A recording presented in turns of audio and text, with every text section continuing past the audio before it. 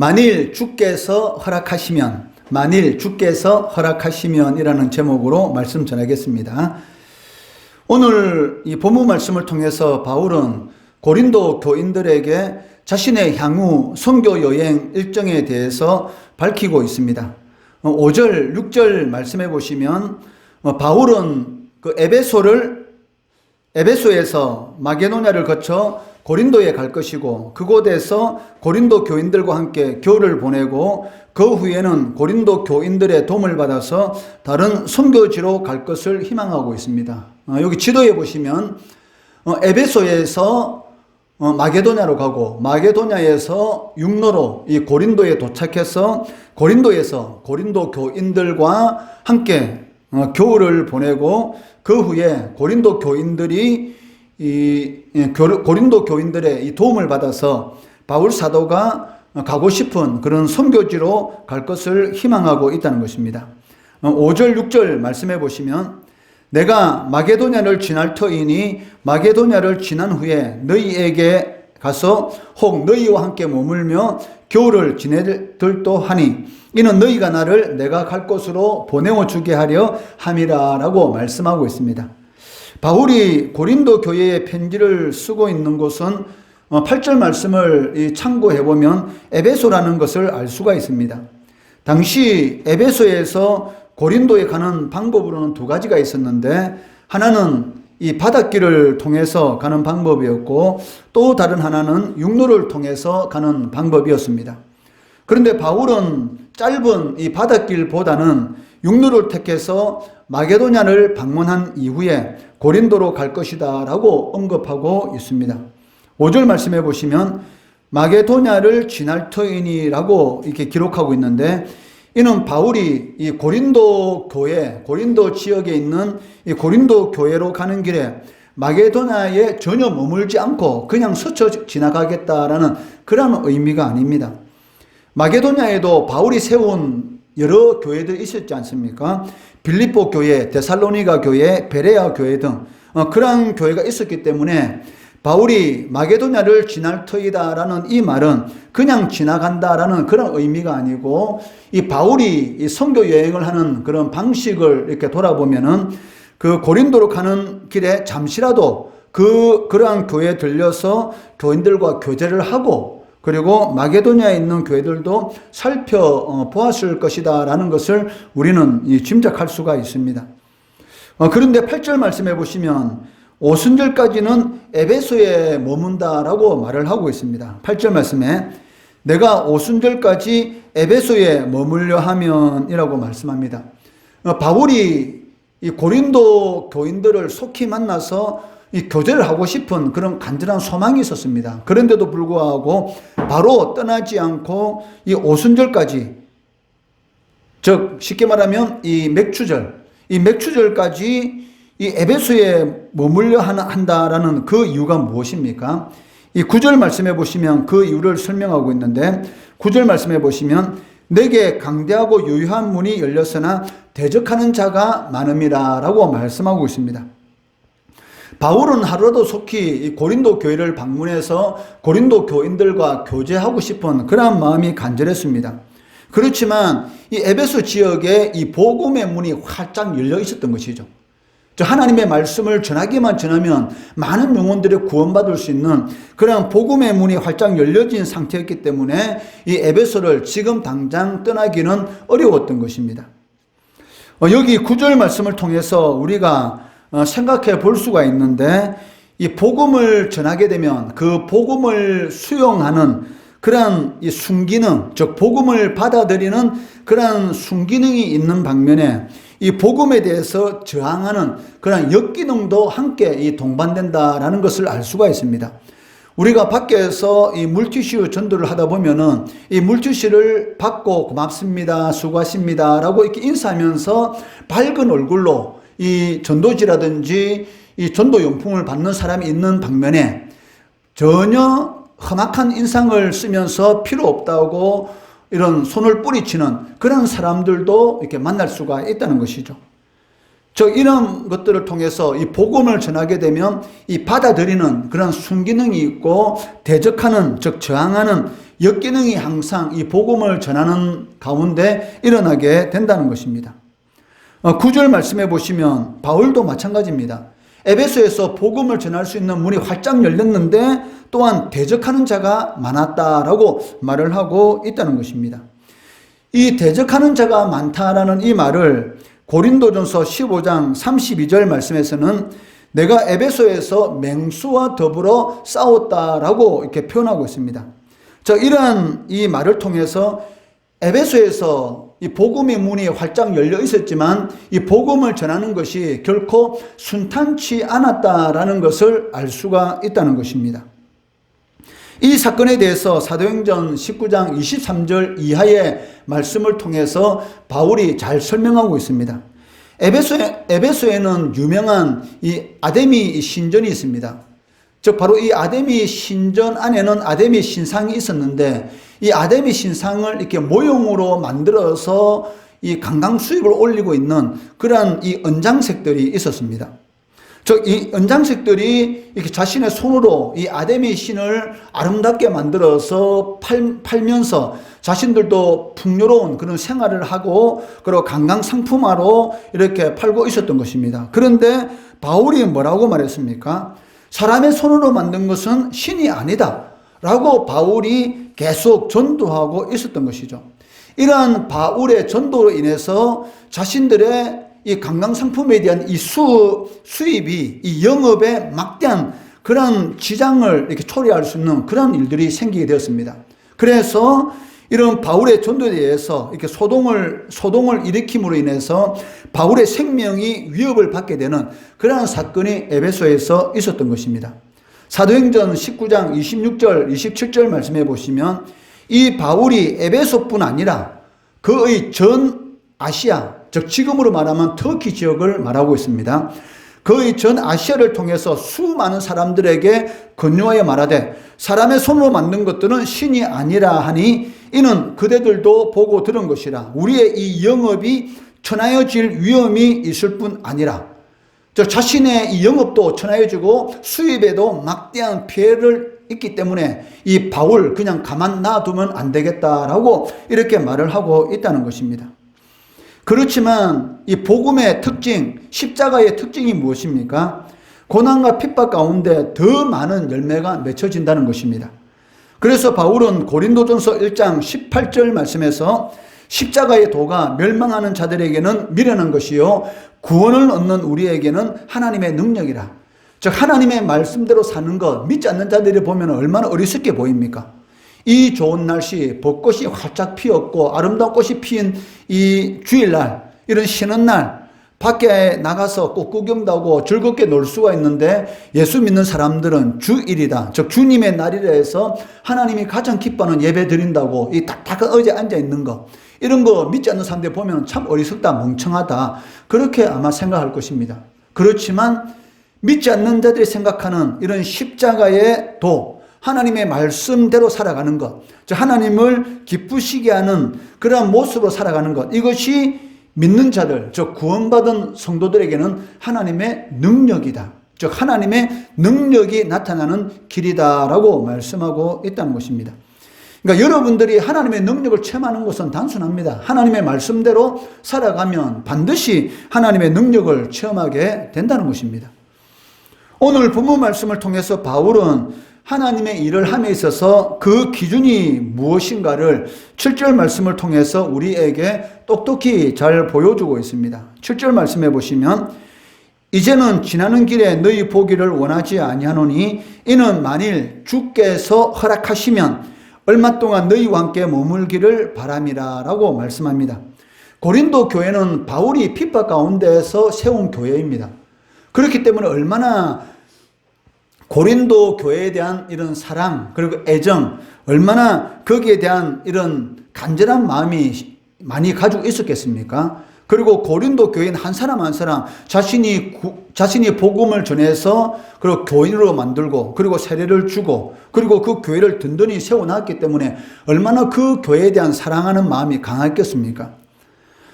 그렇기 때문에 이 잠시 지나는 길에 그냥 들리기보다는 한동안 이 고린도 교회에서 머물면서 고린도 교인들과 깊은 교제를 하기를 원했다는 것입니다. 그러나 바울이 이 고린도 교인들을 너무나 사랑하고 이 간절히 교제하고 싶은 그런 마음이 있다 할지라도 자신의 뜻대로 하는 것은 아니라는 것이죠.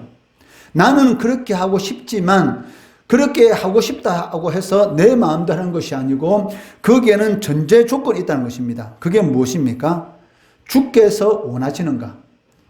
즉 내가 고린도 교인들과 이 교제하는 이런 시간들을 갖고 싶기 때문에 오랫동안 이 고린도 지역에 머무는 것을 주님께서 원하시는가 원하지 않는가, 그것이 바로 이 바울의 하나님의 일을 하는 데 있어서 기준이 되었다라는 것을 알 수가 있습니다. 우리도 마찬가지입니다. 내가 하고 싶은 일은 하고 내가 하기 싫다고 이 일은 안 하고, 그것은 진정한 그 믿음의 사람의 모습이 아니라는 것이죠.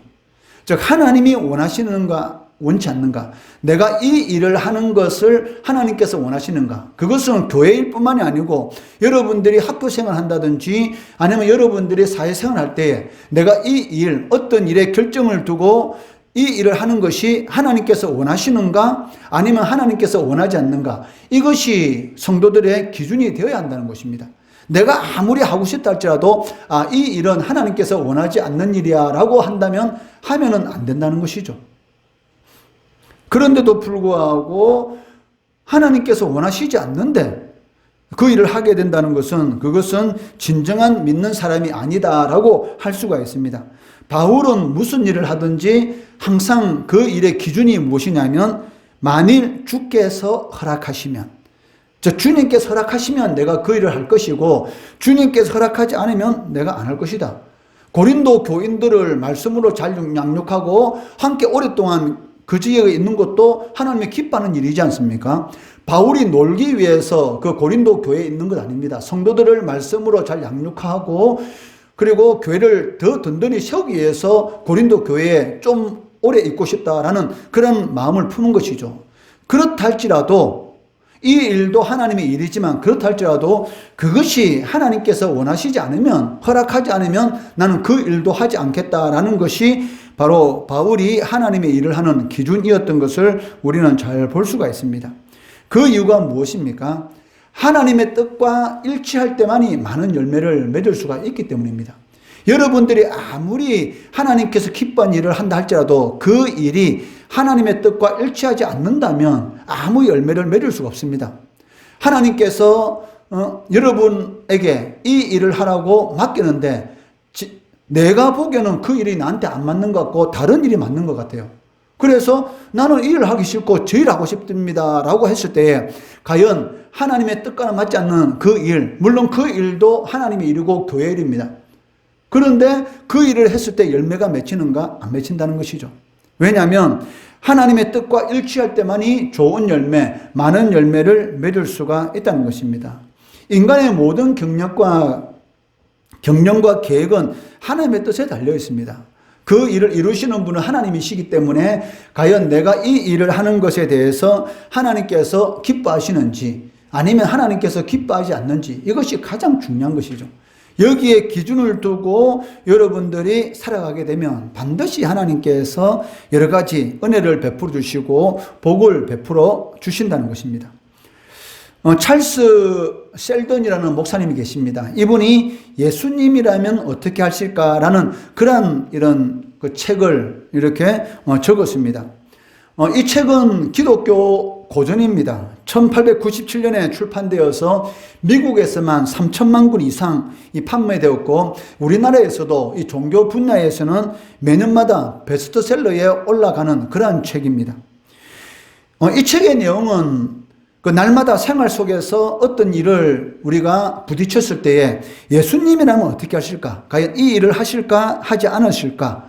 라고 생각하면서 그 일, 예수님이라면 어떻게 하실까라는 그 기준을 가지고 성도들이 그 삶 가운데서 모든 일을 하게 된다면 이 사회가 아마 많이 좋은 방향으로 변할 것이다 라는 그러한 이 주제가 이 내용으로 되어 있다는 것이죠. 마찬가지로 바울도 선교 사역을 진행하는 그 가운데서 항상 하나님께서 원하시는가 원치 않으신가, 즉 다른 말로 말한다면 성령의 인도하심에 민감하였던 것이죠. 성령은 하나님의 영이시기 때문에 여러분들과 함께 하십니다. 그렇기 때문에 여러분들이 어떤 일을 행함에 있어서 과연 내가 이 일을 해야 되는가 하지 않아야 되는가, 하나님 앞에 반드시 기도해야 된다는 것이죠. 내가 앞으로 진학할 때에 어느 고등학교로 진학할 것인가, 아니면 어느 대학교로 진학할 것인가, 나는 이 고등학교에 오고 싶은데 과연 이 고등학교로 가는 것이 하나님께서 원하시는 것인가, 나는 이 대학교를 가고 싶은데 과연 이 대학교에 가는 것이 하나님께서 원하시는가, 거기에 대해서 항상 기도를 해봐야 한다는 것이죠. 그러면 하나님께서는 반드시 거기에 대해서 응답해 주시도록 되어 있다는 것입니다. 사도행전 16장 6절 7절 말씀해 보시면, 성령이 아시아에서 말씀을 전하지 못하게 하시거늘 그들이 부르기와 갈라디아 땅으로 다녀가 무시아 앞에 이르러 비두니아로 가고자 애쓰되 예수의 영이 허락하지 아니하시는지라.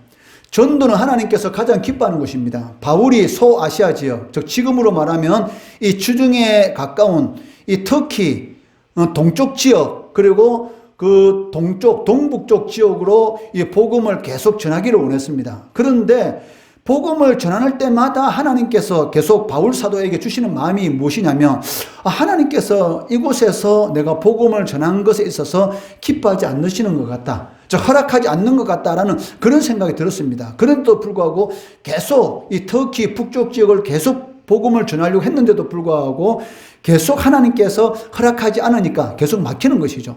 그럼으로 인해서 밑으로 이렇게 계속 내려오다 보니까 결국은 이 드로아 지역으로 내려오게 되었습니다.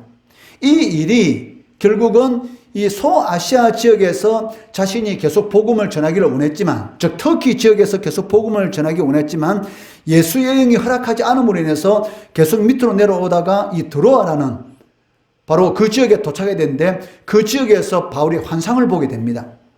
사도행전 16장 8절에서 10절 말씀해 보시면, 무시아를 지나 드로아로 내려갔는데 밤에 환상이 바울에게 보이니 마게도냐 사람, 즉 유럽 지역입니다. 터키에서 바로 받아보면 앞에 그리스가 보이지 않습니까? 그리스가 바로 유럽이고 터키가 아시아죠. 그러니까 이 터키에 있는 이 드로아라는 이 지역에 내려갔는데 거기에 밤에 환상이 보이는데, 마케도냐, 지금으로 말하면 이 그리스 지역에서 사람들이 이 바울에게 손을 흔들면서 자신 보고 오라고, 건너와서 우리를 도와달라는 그러한 환상을 보게 되는 것입니다. 그때에 바울이 깨닫는 것이 무엇입니까? 하나님께서 저 사람들에게 복음을 전하라고 우리를 불렀구나 라는 것으로 인정하게 되고, 이 마게도냐, 즉 바로 유럽 쪽으로 넘어가게 되는 것이죠. 그래서 유럽에 이 복음이 전거되게 되었던 것입니다. 오늘 본문 말씀을 통해서 우리가 명심해야 할 것은 무엇입니까? 하나님의 일에는 반드시 하나님의 뜻을 이루어가는 그런 순기능이 있고 또 저항하는 이 마귀의 역사가 있다는 것이죠. 여러분들이 복음을 전하고 하나님의 말씀대로 살려고 하면은 하나님의 은혜가 풍성하게 임하는 동시에 마귀의 역사도 반드시 있게 됩니다. 특히 이 초신자들이 이 예수를 믿으려고 하면은 여러 가지 어려운 점이 참 많습니다. 마귀는 어떻게 하든지 교회를 나가지 못하도록 방해하는 것이죠. 여러분들도 그런 거 참 많이 경험하지 않습니까? 토요일 날은 놀러 잘 오는 애들이 주일 날은 잘 안 오고, 그리고 또 교회 갑자기 잘 오다가 어느 날 갑자기 문을 잠그고 나오지 않는 그런 일들도 이렇게 있지 않습니까? 그것이 무엇이냐면 마귀의 역사죠.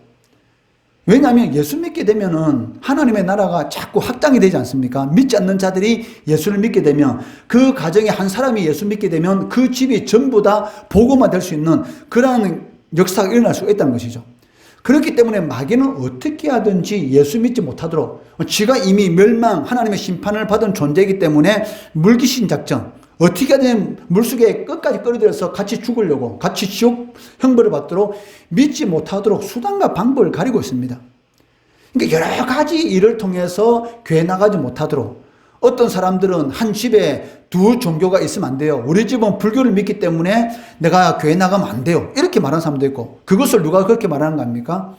바로 이 올바른 스님이라면 그렇게 이야기 안 합니다. 이 불교에도 또 이단 비슷한 그런 불교가 있어서 한 집에 두 종교가 있으면 망한다라고 이렇게 겁박을 주가지고 예수를 믿지 못하도록 그렇게 하는 사람들도 있다는 것이죠. 그러니까 우리가 복음을 전하다 보면은 이 하나님의 역사로 말미암아 구원받는 그런 역사가 나타나는 동시에 그 구원, 한 영혼이 천하보다 귀하다는 이유가 무엇입니까? 그만큼 한 영혼이 구원받는 것이 어렵다는 것이죠. 그렇지만 그 한 영혼을 구원시키게 되면 얼마나 하나님께서 많은 복을 주시는지 모릅니다. 한 영혼을 구원시키게 되면 하나님께서 천국에서 잔치가 벌어진다라고 이렇게 말을 하잖아요. 일평생 동안 신앙생활하면서 한 영혼도 구원하지 못했다. 한 사람도 전도하지 못했다. 그것은 신앙생활을 잘못하는 것이죠. 제가 그런 이야기 했죠. 제가 중학교 때 집에서 아침 7시에 나가가지고 계속 쫓아다니면서 애들 데리고 다니면서 한 30명 정도를 이렇게 한 달 동안 계속 끌고 다녔습니다. 그 중에 아마 목사가 된 친구들도 있을 거고 아마 장로, 집사가 된 친구들도 있을 겁니다. 아마 그런 것을 하나님께서 기뻐하셔서 오늘 이 순간 하나님께서 이렇게 은혜를 베풀어 주시고 이렇게 목사로 세워주시고 그리고 이 교회를 이렇게 이끌어 가도록 그리고 교회를 이끌어 가는데 필요한 부분들 하나님께서 때에 따라서 공급해 주시는 그런 은혜를 누리고 있는 것은 아닌가라는 그런 생각을 해봅니다. 여러분들이 평생 동안 신앙생활하면서 한 영혼도 전도 못했다. 그것은 잘못된 신앙생활하는 겁니다. 그 목사 아들이고 장로 아들이고 필요 없습니다. 어쨌든 간에 내가 신앙생활 한 동안은 믿지 않는 자들을 전도하려고 열심히 노력해야 됩니다. 그래야지만이 그것이 하나님 앞에 상급이 되는 것이고 그래야지만이 그것이 여러분의 인생의 크나큰 은혜로 복으로 반드시 다가오게 된다는 것입니다. 그러니까 이렇게 말해도 이게 안 듣는 사람이 많다는 것이죠. 목사님이 이 교회 개척하기 전에 오랫동안 이 부교육자로서 이런 큰 교회도 있어봤고 또 많은 교인들을 이렇게 상대해봤지 않습니까? 그러면 이렇게 복받을 방법을 가르쳐 준데도 불구하고 자신하고는 아무 상관이 없는 것처럼 이렇게 생각하는 성도들이 있는데 그렇기 때문에 사실은 이렇게 망합니다. 하나님의 말씀이 강계상에 선포될 때 그 말씀을 아멘 이렇게 받아들이고 내가 할 수 있는 그 안에서 최선을 다해서 복음을 전하는 그런 사명을 감당하면 하나님께서 큰 은혜와 역사로 하나님께서 갚아주신다는 것이죠. 그러니까 복음에는 반드시 순기능, 잘 받아들이는 그런 기능이 있고 이 저항하는, 거부하는 그런 역기능이 있다는 것을 여러분들은 반드시 명심해야 됩니다. 복음 전하는 거 하나님 기뻐하십니다. 그렇지만 그 복음을 전할 때 어떻게 또 대적하는 그런 일들도 있을 수 있다는 것입니다. 그렇지만 그 뒤에 있을 하나님께서 예비하신 그런 영광에 비하면은 그런 환난과 핍박은 아무것도 아니다라고 말을 할 수가 있습니다. 성경에 나오는 수많은 믿음의 인물들이 하나님의 뜻에 순종함으로 인해서 고난도 겪었습니다. 그렇지만 결국 승리하였던 것입니다. 로마서 8장 28절 말씀해 보시면 우리가 알거니와 하나님을 사랑하는 자 곧 그의 뜻대로 부르심을 입은 자들에게는 모든 것이 합력하여 선을 이루느니라 라고 말씀하고 있습니다. 그렇기 때문에 우리는 항상 주께서 원하시면 만일 주께서 허락하시면 이라는 그러한 마음을 가지고 그러한 기준으로 신앙생활을 해야 한다는 것이죠. 하나님의 뜻을 잘 분별하고 주께서 원하시는 일은 그 일은 반드시 하려고 하는 그런 이 결단, 결심, 마음을 먹어야 합니다. 그래야 할 때에 하나님께서는 모든 것을 합력하여 선을 이루시는 그 하나님의 은혜와 능력 분명히 안 될 것 같았는데 전혀 모르는 사람을 통해서 도와줌으로 그 일이 되고 불가능할 것 같은데 그것이 가능하게 되는 그러한 합력하여 선을 이루시는 하나님의 은혜와 능력을 여러분의 삶 가운데서 반드시 체험하게 된다는 것이죠. 이러한 능력 체험하시는 우리 성도들, 우리 중고등부 학생들 되기를 주의 이름으로 축원합니다.